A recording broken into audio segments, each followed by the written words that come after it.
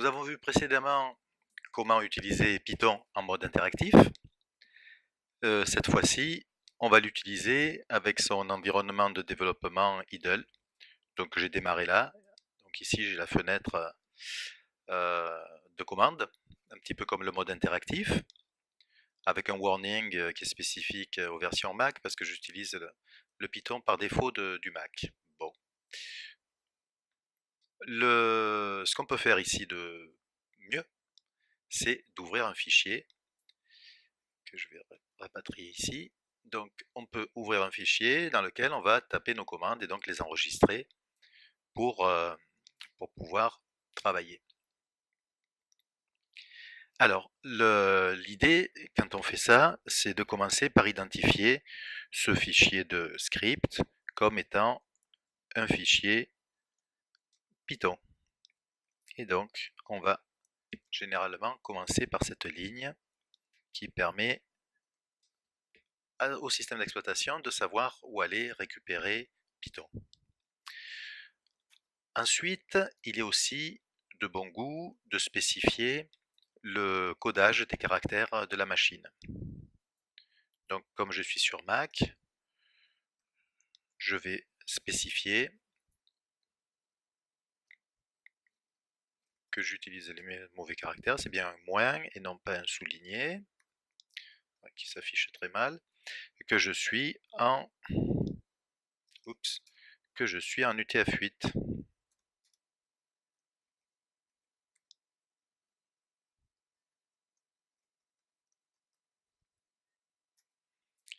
Et maintenant, je peux commencer à coder. Donc traditionnellement, print, bonjour, hop, bonjour le monde, point d'exclamation. Je ferme la cote, je ferme ma parenthèse. Vous voyez qu'au passage l'éditeur m'avait montré que les parenthèses se fermaient bien. Et maintenant je peux venir ici faire run, run module. Hop, je le sauve. Comment on l'appelle? Cours 01. Voilà. Et donc ici je vois dans la fenêtre d'interprétation le démarrage. Bonjour le monde. Et on revient à la ligne. Donc rien de bien compliqué, et à la suite je peux mettre mes commandes, donc assignation de variables, ici un entier, que je peux faire suivre par un commentaire, ici un entier. Donc vous voyez le caractère qui identifie les caractères, c'est ce dièse. Je peux mettre une autre assignation avec ici un flottant ou un réel. Et puis je peux donc faire des calculs.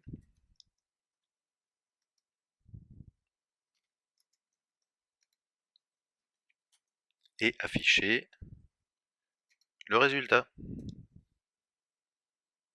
Donc vous voyez, j'ai tout mis sans indentation particulière. Hop, je sauve. Et donc, bon, mais comme j'ai affiché, j'ai multiplié un réel par un entier, je suis repassé dans le mode le plus englobant, et mon C est du réel. Ce qu'il est bon de retenir, ou ce qu'on va commencer à découvrir, c'est que avec Python, si je fais un test du style,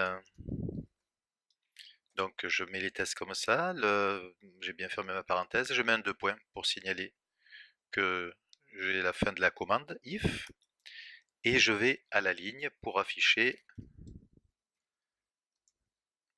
un message, par exemple,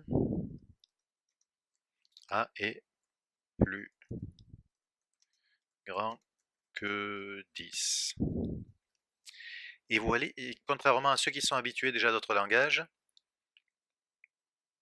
ici, il n'y a pas de parenthèse à ouvrir, il n'y a pas de caractère pour identifier les blocs. Il n'y a pas de caractère pour identifier la fin de ligne, si ce n'est les 2 points dans le cas particulier d'un bloc logique, et il n'y a pas de caractère pour identifier les débuts et fins de bloc.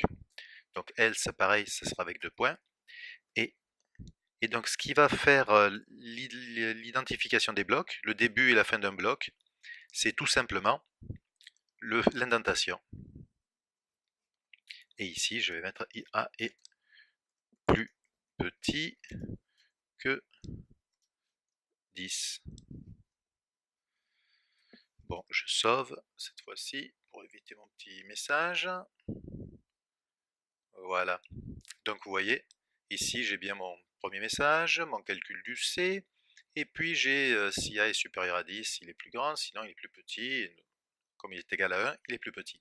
Alors si j'avais mis ça dans une boucle,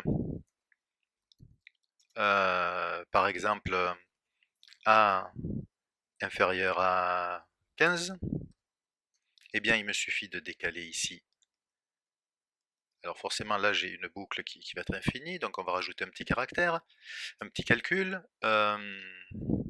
On va lui faire du A égale C fois B. C fois B plus A. Bon, c'est un calcul qui ressemble à rien, hein. Je suis d'accord, mais voilà, c'est juste pour essayer comment va se passer notre... voilà, donc vous voyez, il est plus petit, il est plus petit, il est plus grand, il est plus grand.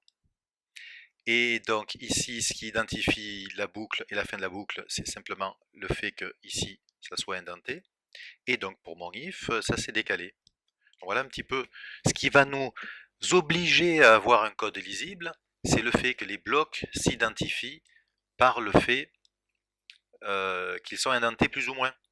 Donc forcément, on aura à la lecture les blocs mis en évidence simplement par le nombre de tabulations qui les séparent de la marge. On a fait juste un petit début.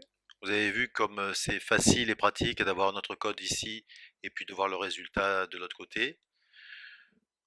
Maintenant, il ne reste plus qu'à découvrir d'autres fonctions un petit peu plus complexes et pour maîtriser complètement le langage.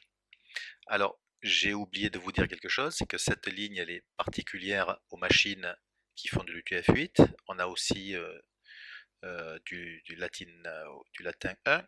Donc je vous mets en attachement avec le cours un petit fichier démo avec dedans les codages pour UTF-8 et pour latin 1 pour Windows en fait. Tout simplement, d'un côté on a Mac, Linux, Unix et de l'autre côté Windows. Voilà, on a commencé tout doucement, on va avoir des choses plus compliquées et puis dans quelques temps on commencera aussi à programmer un petit projet. À bientôt.